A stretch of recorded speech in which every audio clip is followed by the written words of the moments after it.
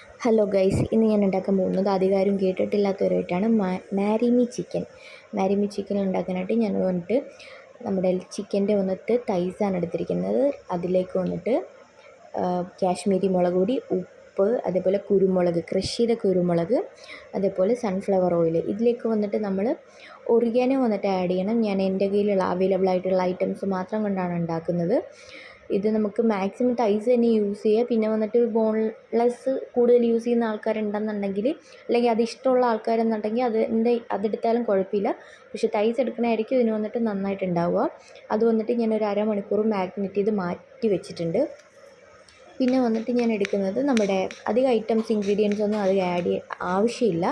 ഞാൻ വന്നിട്ട് നമ്മുടെ വെളുത്തുള്ളി വന്നിട്ട് നമുക്കിവിടെ കുറച്ച് വലിയ ഐറ്റമാണ് കിട്ടുന്നത്. അതുകൊണ്ട് വന്നിട്ട് ചോപ്പ് ചെയ്യാൻ അധികം ടൈം വേണ്ടി വരില്ല, നമുക്ക് ഇച്ചിരി പാടുണ്ടാവില്ല. നാട്ടിലൊക്കെ ചെറിയ ഐറ്റമായിരിക്കും കിട്ടണേ. അതുപോലെ നമ്മുടെ ചെറിയ ഉള്ളി ചോപ്പ് ചെയ്ത് വെച്ചു. പിന്നെ വന്നിട്ട് സവാള വന്നിട്ട് ചെറിയ ഉള്ളി ഒരു 5-8 ഞാൻ എടുത്തിട്ടുണ്ട്. വെളുത്തുള്ളി 5-8 എടുത്തിട്ടുണ്ട്. നമ്മുടെ സവാള ഒരു 1.5 സവാള ചോപ്പ് ചെയ്തെടുക്കണം. എല്ലാം ചെറിയതായിട്ട് ചോപ്പ് ചെയ്ത് തന്നെ എടുക്കണം. അതേപോലെ തന്നെ ഒരു ചെറിയൊരു മീഡിയം സൈസ് ഒരു തക്കാളി അതേപോലെ ചെറുതായിട്ട് വന്നിട്ട് ചോപ്പ് ചെയ്താണ് എടുക്കേണ്ടത്. ഇത്രയും ഇൻഗ്രീഡിയൻസേ നമുക്ക് ശരിക്കും ആവശ്യമുള്ളൂ. നമ്മുടെ വെളുത്തുള്ളി ചോപ്പ് ചെയ്തത്, സവാള, അതേപോലെ തക്കാളി, അത്യാവശ്യം എല്ലാം നല്ലൊരു ചെറിയ രീതിയിൽ കട്ട് ചെയ്ത് വെച്ചു. പിന്നെ വന്നിട്ട് നമ്മുടെ ഒരു പാൻ എടുത്ത് വെച്ച് ചൂടാക്കി അതിലേക്ക് ഞാൻ കുറച്ച് ഓയിൽ ഒഴിച്ചിട്ടാണ് ഞാൻ ബട്ടർ ഇട്ടിരിക്കുന്നത്. കാര്യം ബട്ടർ വന്നിട്ട് കരിഞ്ഞു പോകാതിരിക്കാനാണ് അങ്ങനെ ചെയ്യുന്നത്. കുറച്ച് ഓയിൽ ഒഴിച്ചിട്ട് ബട്ടർ വന്നിട്ട് ചൂടാക്കിയത് മെൽറ്റ് ചെയ്തിട്ട് അതിന് ശേഷം നമ്മുടെ മാഗ്നേറ്റ് ചെയ്ത് വെച്ചിരിക്കുന്ന ചിക്കൻ വന്നിട്ട് അതിലേക്ക് വെച്ച് കൊടുക്കുക. നമുക്കൊരു വലിയ പീസ് ഉണ്ടായിരുന്നു, ചെറിയ പീസും ഉണ്ടായിരുന്നു. കുറച്ച് കഴിയുമ്പോൾ അത് അപ്രത്യക്ഷമാവും, ഇൻവിസിബിൾ ആവും. കാര്യം എൻ്റെ ഹസ്ബൻഡ് വന്നിട്ട് എടുത്ത് കഴിച്ച് തീർക്കും. അപ്പോൾ അതുകൊണ്ട് നമ്മുടെ ഇത് വന്നിട്ട് ഫ്രൈ ചെയ്യാനായിട്ട് എടുത്ത് വയ്ക്കുക. ഞാൻ ആദ്യം വന്നിട്ട് ഒരു സൈഡാണ് ഇട്ടത്. അപ്പോൾ കൂടെ വന്നിട്ട് പറഞ്ഞു ആ സൈഡിലെ മറ്റേ സൈഡിട്ട് അത് വേണം വേഗം കൂടുതൽ. ഇതൊക്കെ വന്നിട്ട് ഇവിടെ വന്നിട്ട് നമ്മുടെ മീറ്റ് വന്നിട്ട് കമ്മിയാണല്ലോ, അടിഭാഗത്ത് വന്നിട്ട് നല്ല ഫ്ലഷ് ആണല്ലോ. സോ അതാണ് വേണ്ടത്.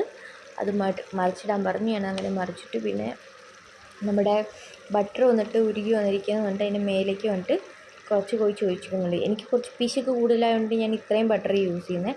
കുറച്ച് ബട്ടറൊക്കെ അധികം ഉണ്ടെന്നുണ്ടെങ്കിൽ വന്നിട്ട് നല്ല രീതിയിൽ അത് ഫ്രൈ ആയി കിട്ടും. പിന്നെ പാനും വന്നിട്ട് കുറച്ച് നമ്മുടെ കമ്മിയായിരുന്നു. മീൻസ് ഇത് തൈസ് വന്നിട്ട് വലിയ പീസായിട്ടാണ് വാങ്ങിച്ചിരിക്കുന്നത്. ഇങ്ങനെ എടുക്കേണ്ടവർക്ക് എടുക്കാം. ശരിക്കും ഇതൊരു 4 പീസാക്കി അല്ലെങ്കിൽ ഒരു 3 പീസാക്കി കട്ട് ചെയ്ത് വേണം എടുക്കാൻ. അങ്ങനെയാണ് ഇത് ആക്ച്വലി ഉണ്ടാക്കേണ്ടത്. ഞാനത് വലിയ പീസായിട്ട് എടുത്തിരിക്കുന്നത് കൊണ്ട് എനിക്ക് ഫ്രൈ ആക്കാൻ വേണ്ടിയിട്ട് കുറച്ച് ബുദ്ധിമുട്ടുണ്ടായിരുന്നു. അപ്പോൾ അതുകൊണ്ട് ഞാൻ സ്പൂൺ വെച്ച് നമ്മുടെ ബട്ടർ മേലേക്ക് കോരിയിട്ട് കൊടുക്കണ്ടായിരുന്നു. അതുപോലെ തന്നെ ഇത് അധികം കുക്ക് ചെയ്ത് വന്നിട്ട് നശിപ്പിക്കരുത്. ഒരു 3-4 മിനിറ്റ് വീതം വന്നിട്ട് 2 സൈഡുമേ ഫ്രൈ ചെയ്യുന്നുള്ളൂ. അപ്പോഴേ വന്നിട്ട് ചിക്കൻ ഉള്ളിൽ വന്നിട്ട് നല്ല ടെൻഡറായിട്ടും ജ്യൂസി ആയിട്ടിരിക്കുള്ളൂ. ഓവറായിട്ട് കുക്ക് ചെയ്ത് കഴിഞ്ഞാൽ ഡ്രൈ ആയി പോകും. അതിപ്പോൾ കുക്കറിലാണെങ്കിൽ ശരി. ഞാൻ നമ്മുടെ അതേ പാനിലേക്ക് തന്നെ ഞാനപ്പോൾ പാൻ ഓഫ് ചെയ്തിട്ടുണ്ടായിരുന്നത് എടുക്കുന്ന സമയത്ത് വീണ്ടും വന്നിട്ട് ഞാനൊന്നത് ഫുള്ളും എന്താ പറയുക, നമ്മുടെ കരിഞ്ഞിട്ടൊന്നുമില്ലെന്ന് കൺഫേം ചെയ്തിട്ട് ഞാൻ ഒന്നുകൂടെ ചൂടാക്കി അതിലേക്ക് നമ്മുടെ ചോപ്പ് ചെയ്ത് വെച്ചിരിക്കുന്ന വെളുത്തുള്ളി ആഡ് ചെയ്ത് കൊടുത്തു. കറക്റ്റ് 30 സെക്കൻഡ് അല്ലെങ്കിൽ 1 മിനിറ്റാണ് നമുക്ക് ഇതൊന്ന് വാടി വരാൻ വേണ്ടത്. ആ നേരത്തേക്ക് അത് ആഡ് ചെയ്ത് വന്നതിന് ശേഷം നമ്മൾ വന്നിട്ട് നമ്മുടെ സവാള അതിലേക്ക് ആഡ് ചെയ്ത് കൊടുത്തു. എല്ലാം നമ്മൾ ചോപ്പ് ചെയ്താണ് വെച്ചിരിക്കുന്നത്. സവാള അതുപോലെ ആഡ് ചെയ്തിട്ട് മിക്സ് ചെയ്ത് അതിലേക്ക് നമ്മൾ അതൊന്ന് വേകാനൊരു ടൈം ഗ്യാപ്പ് കൊടുത്തിട്ട് അതിലേക്ക് കൊണ്ട് നമ്മൾ തക്കാളി ആഡ് ചെയ്ത് കൊടുത്തിട്ട് നന്നായിട്ട് കൊണ്ട് മിക്സ് ചെയ്യുക. തക്കാളി നല്ല രീതിയിൽ മിക്സ് ചെയ്തിട്ട് ഒരു കുറച്ച് നേരം ഗ്യാപ്പ് കൊടുക്കുക. തക്കാളി വന്നിട്ടൊന്ന് ആയി വരുമ്പോഴത്തേക്കും അതിലേക്ക് കാശ്മീരി മുളക് പൊടി, ഉപ്പ്, പിന്നെ നമുക്ക് ക്രഷ് ചെയ്ത് വെച്ചിരിക്കുന്ന ചില്ലി ഫ്ലേക്സ് ഒരു 1.5 ടീസ്പൂണോളം. ഞാൻ ചെറിയ സ്പൂൺ എടുത്തിരിക്കുന്നത്, ശ്രദ്ധിച്ചെങ്കിൽ നിങ്ങൾക്ക് മനസ്സിലാവും. ഇപ്പോഴത്തേക്ക് എൻ്റെ ലെഗ് പീസ് വന്നിട്ട് ഹസ്ബൻഡ് വന്നിട്ട് കൊണ്ടുപോയിട്ടുണ്ടായിരുന്നു. പിന്നെ അതിലേക്ക് പെപ്പറും ആഡ് ചെയ്ത് കൊടുത്ത് നന്നായിട്ട് വന്നിട്ട് ഈ മസാല വന്നിട്ട് നന്നായിട്ട് മിക്സ് ചെയ്ത് കൊടുക്കുക. അപ്പോൾ പെട്ടെന്ന് തന്നെ ഒരു കളർ ഷെയ്ഡ് വന്നിട്ട് വ്യത്യാസം വന്നിട്ടുണ്ടായിരുന്നു. കാര്യം നമ്മൾ ബ്ലാക്ക് പെപ്പറാണ് യൂസ് ചെയ്തത്. നല്ല ഡാർക്ക് ഷെയ്ഡായിട്ടുണ്ട് പെട്ടെന്ന് തന്നെ. പിന്നെ കാശ്മീരി മുളക് പൊടി ഇടും. അങ്ങനെ വന്നിട്ട് നന്നായിട്ട് മിക്സ് ചെയ്ത് അതൊന്ന് പച്ചമണം മാറുമ്പോഴത്തേക്കും ആവശ്യത്തിന് ഉപ്പ് ഒഴിച്ച് ഞാൻ ആവശ്യത്തിന് നോക്കിയിട്ടാണ് വെള്ളം ഒഴിച്ച് കൊടുക്കുന്നത്. പച്ചമണം മാറി കൺഫേം ചെയ്തതിന് ശേഷം മാത്രം വന്നിട്ട് ആവശ്യത്തിന് വെള്ളം ആഡ് ചെയ്ത് കൊടുക്കുക. ഇല്ലെങ്കിൽ എന്നിട്ട് ഫുള്ള് കൊളായി പോകും. നല്ല കരിഞ്ഞും പോകാൻ പാടില്ല. പച്ചമണം മാറിയതിന് ശേഷം ആവശ്യത്തിന് വെള്ളം ചേർത്ത് കൊടുത്ത് അതിലേക്ക് തന്നെ നമ്മുടെ ക്രീം നമ്മുടെ ക്രീം വന്നിട്ട് ഞാനതിലേക്ക് ആഡ് ചെയ്ത് കൊടുക്കുന്നുണ്ട്. ക്രീം ആഡ് ചെയ്തതിന് ശേഷം നന്നായിട്ട് അത് ഇളക്കി ആ വെള്ളവും നമ്മുടെ മസാലയിട്ട് നല്ല രീതിയിൽ യോജിപ്പിക്കുക. നല്ല രീതിയിൽ ഇത് കുറച്ച് നേരെടുക്കും, ഞാൻ കുറച്ച് നേരം സ്കിപ്പ് ചെയ്തിട്ടുണ്ട്. നല്ല രീതിയിൽ ടൈം എടുത്തിട്ടാണ് ഇന്ന് ആയത്. അതിലേക്ക് വന്നിട്ട് നല്ല രീതിയിൽ തിളച്ച് വരണം. അത് നന്നായിട്ട് മിക്സ് ചെയ്ത് വെച്ച് നല്ല രീതിയിൽ തിളച്ച് വരുമ്പോഴത്തേക്കും നമ്മൾ ഫ്രൈ ചെയ്ത് വെച്ചിരിക്കുന്ന ചിക്കൻ വന്നിട്ട് അതിലേക്ക് വന്നിട്ട് വെച്ച് കൊടുക്കുക. ഇതും അധികം നേരം ചെയ്യേണ്ട ആവശ്യമില്ല. വൺ സൈഡ് ഒരു 4 മിനിറ്റ്, അടുത്ത സൈഡ് ഒരു 4 മിനിറ്റ്. നമ്മൾ ഈ എടുത്ത് വെച്ചിരുന്ന ഈ ബട്ടറൊക്കെ ഉരുകി വന്നിട്ടുണ്ടായിരുന്നു. ഈ നെയ്യൊക്കെ അത്യാവശ്യം ചിക്കൻ്റെ അത് വന്നിട്ട് അതിലേക്ക് തന്നെ ഒഴിച്ച് കൊടുക്കുക. അത് നിങ്ങൾ കൺഫേം ആയിട്ടും ചെയ്ത് കൊടുക്കേണ്ട കാര്യമാണ്. നമ്മൾ ഈ മാറ്റി വെച്ചപ്പോൾ വന്നിരിക്കുന്ന ആ ബട്ടർ അതിലേക്ക് വന്നിട്ട് ഒഴിച്ച് കൊടുക്കണം.